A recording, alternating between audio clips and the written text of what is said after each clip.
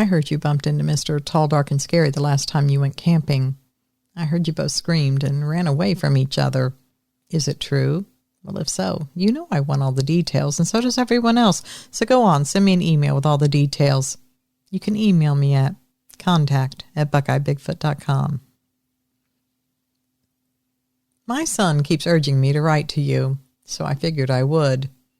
Back when I was about 25 and painfully single, while everyone else around me had their spouses and children, my family was getting ready for our yearly Sukkot campout on my parents' property.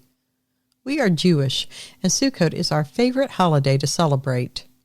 Well, it was when we were all speaking to one another. My family would cook everything outside and over the large fire we would have going constantly.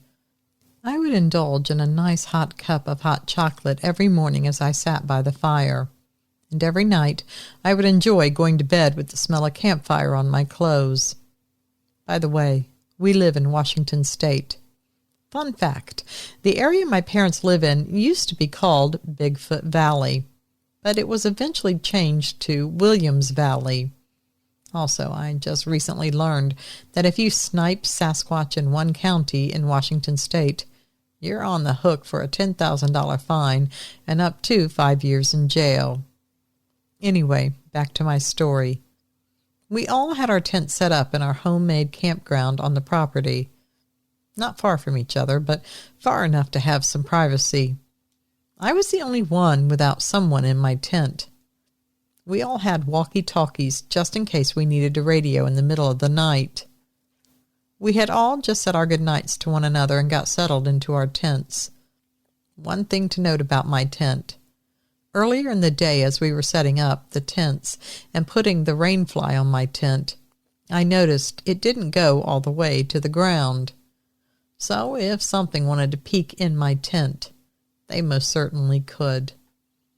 I was unnerved by this, but was assured nothing would be looking into my tent.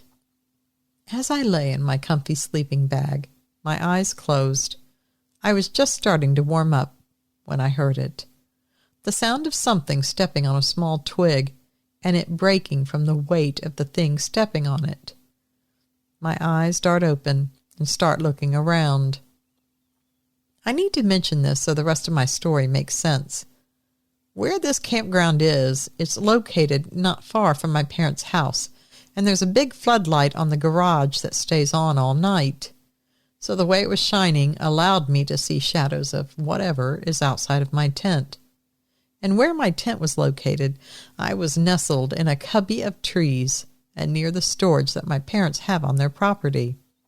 It was the perfect spot for me because it blocked the light from the garage from shining in my face all night long. Okay, back to the noise of the twig breaking.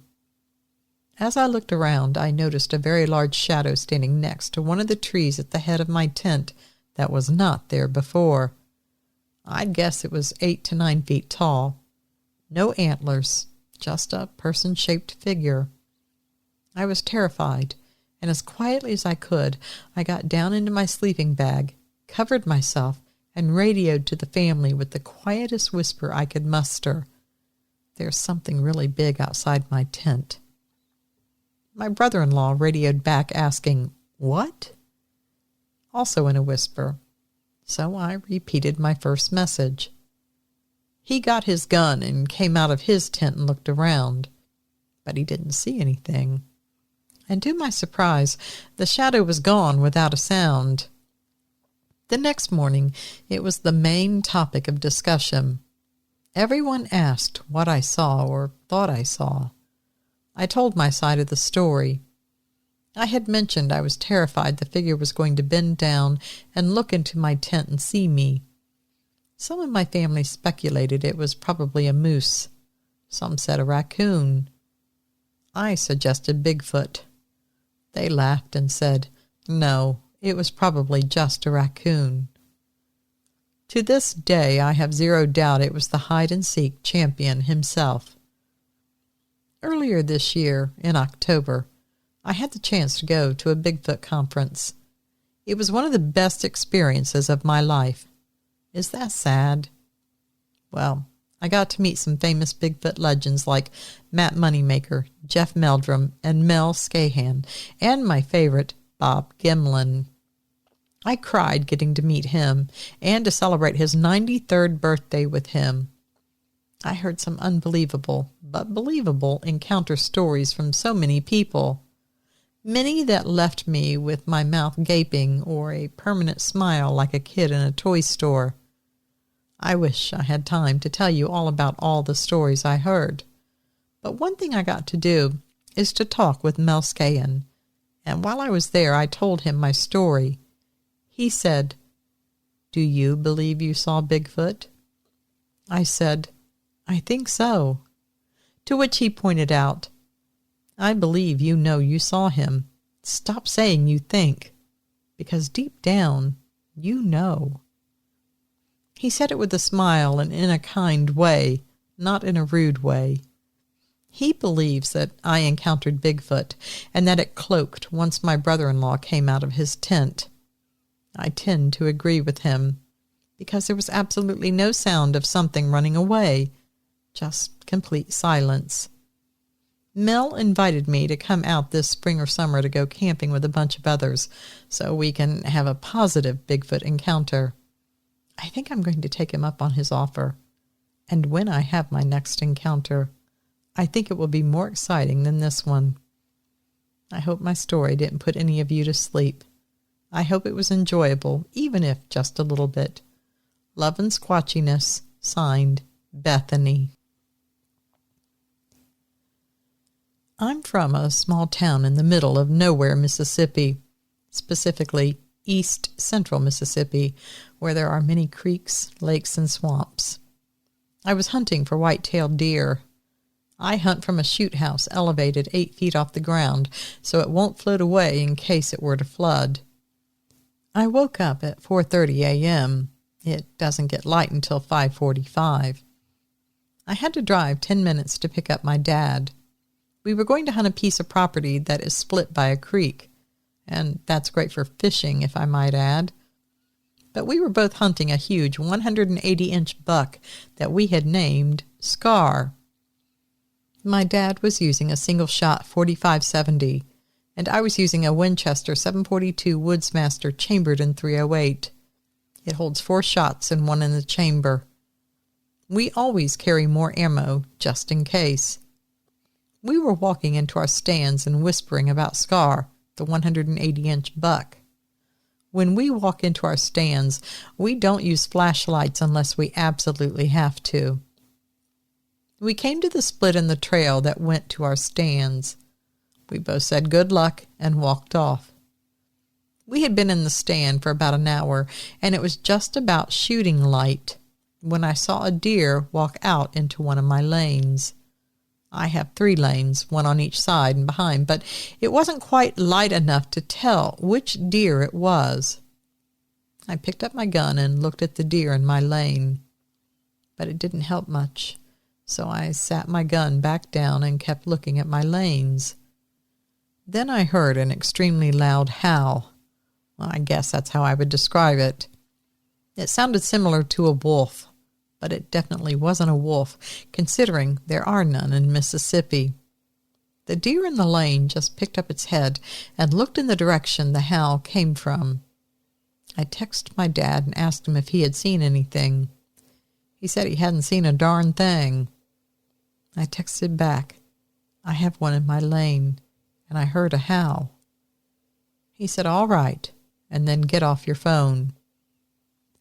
It had been 15 minutes since the howl, and it was 3 minutes from legal shooting light, so I picked up my gun again and put it on the deer when I heard another howl that just about ruptured my eardrums. The deer in my lane ran across the lane, but it didn't go into the thick briars and oaks. Then this huge black creature with a dog-looking head and a very human-like body, well, except for its feet and hands, came out onto the lane to my right, the one the deer was on. Its feet were more like paws than human feet, and it had long fingers and arms that went to its knees. It ran right up to the deer before it could even move. It snapped the deer's neck, Then it ripped its guts out and started eating them. Then it stood straight up and looked right at me. It stared into my soul. It felt like it was staring straight through me. I had a huge rush of adrenaline. I had my gun in my hand, aimed in the general direction of it, but didn't have it on the creature until it started growling at me. I then moved my scope onto the creature, and I said to myself, if it takes one step, I'm going to let the lead fly. Of course, it started walking toward me, growling and snapping its jaws.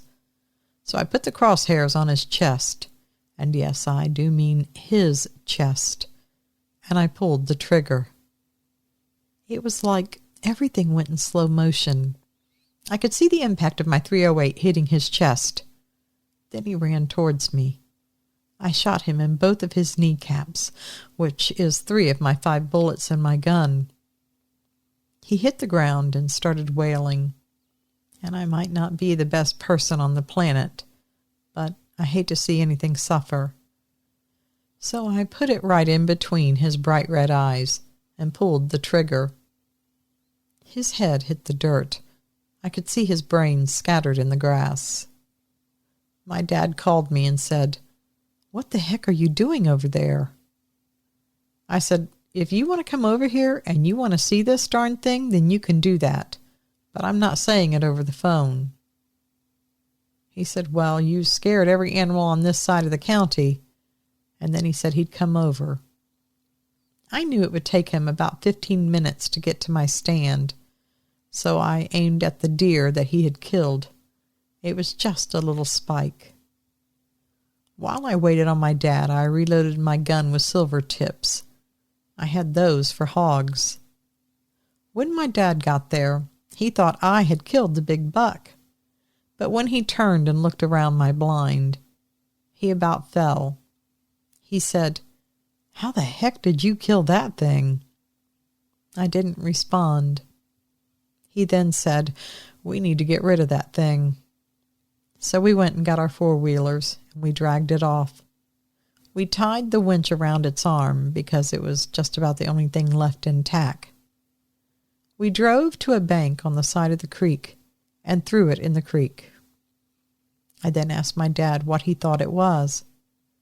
He said it was something from the pits of hell.